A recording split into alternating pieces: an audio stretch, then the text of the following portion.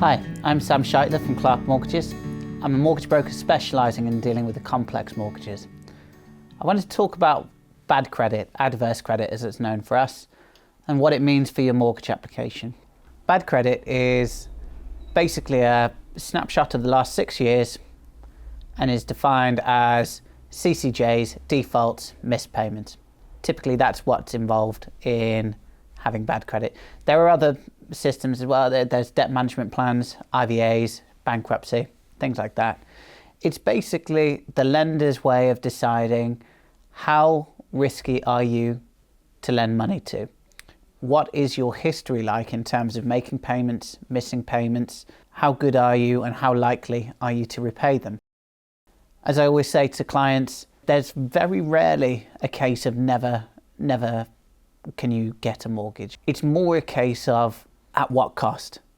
Flexibility for a lender comes with cost, and flexibility in this case is the lender determining there's a risk involved in lending to you owing to previous situations that where you've missed payment. It might just be one-off, or it could be continuous.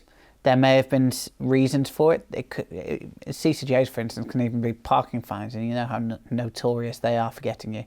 However, all of this creates an image for the lender of how risky are you to invest their money with. When we look at bad credit, there are two determining factors. It's when and how much. So when is two-sided. When was it registered? When was it satisfied? Some lenders have no requirement for a debt to have been satisfied at all. Some lenders require it to have been satisfied for a certain amount of time.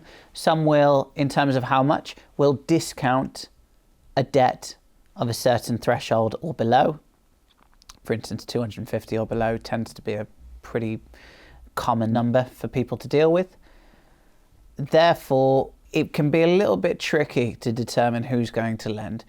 Now, it's not to say that a high street lender will never lend to someone with missed payments. I've had people through with CCJs, with Nationwide. I've had people through with defaults with NatWest.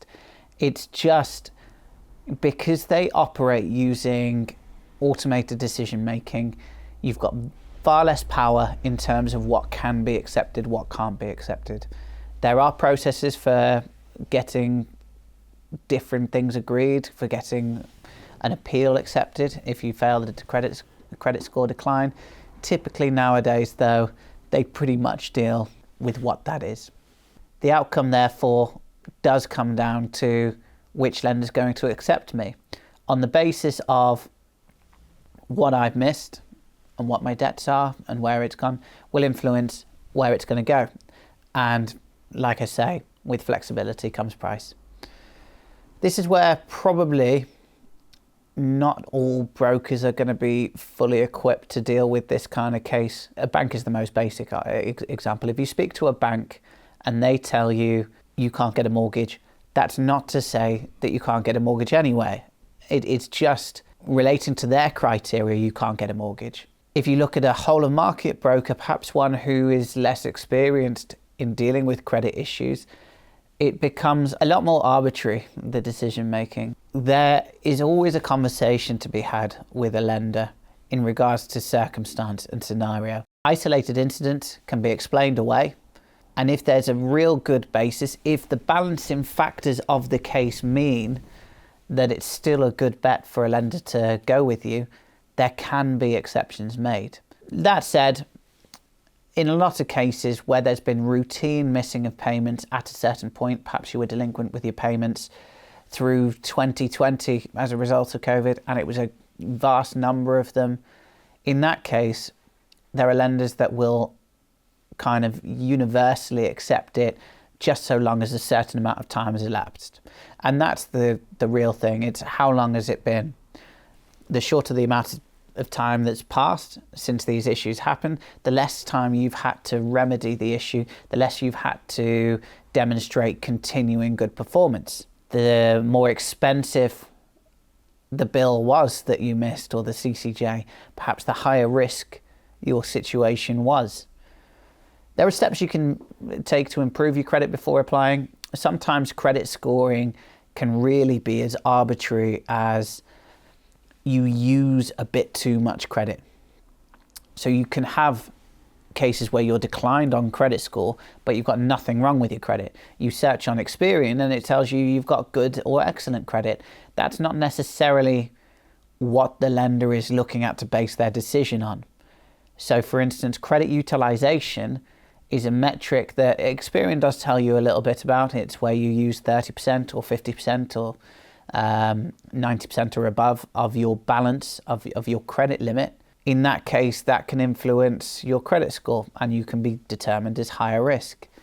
Beyond that, it can be a case of you've just used too many credit cards. You've got too many loans on the go at once. Or even though a mortgage is affordable, you've got a vast amount of your current income used for the purpose of repaying credit. Perhaps you've got several car loans, that kind of thing. There's definitely a conversation to be had, but you've just got to recognize that overutilization of credit can equally affect you in the same way that underutilization of credit can affect your credit profile. As I say, it's about balancing factors. If you balance the scale of having recently changed your circumstances and you've recently missed payments or you've recently changed employment, then equally the price might go up. It's all about judging and weighing the different scenarios. So before you kind of call it quits and say, I absolutely can't get a mortgage, just have a look at, well, what is my situation and have we ruled everything out? Have you spoken to a specialist broker who deals with credit issues? Because it might be that with a little tweak here and a tweak there, pay off this unsatisfied default, you then move yourself within the criteria of a certain lender. That's the added level of service that you're not going to get by going directly with the bank. It's the expertise of whole of market research that you're going to miss out on. So in a circumstance like credit issues, I definitely recommend speaking to a mortgage broker who's going to give you some great advice in terms of what you can change and the various timelines as well of how things are going to progress over time.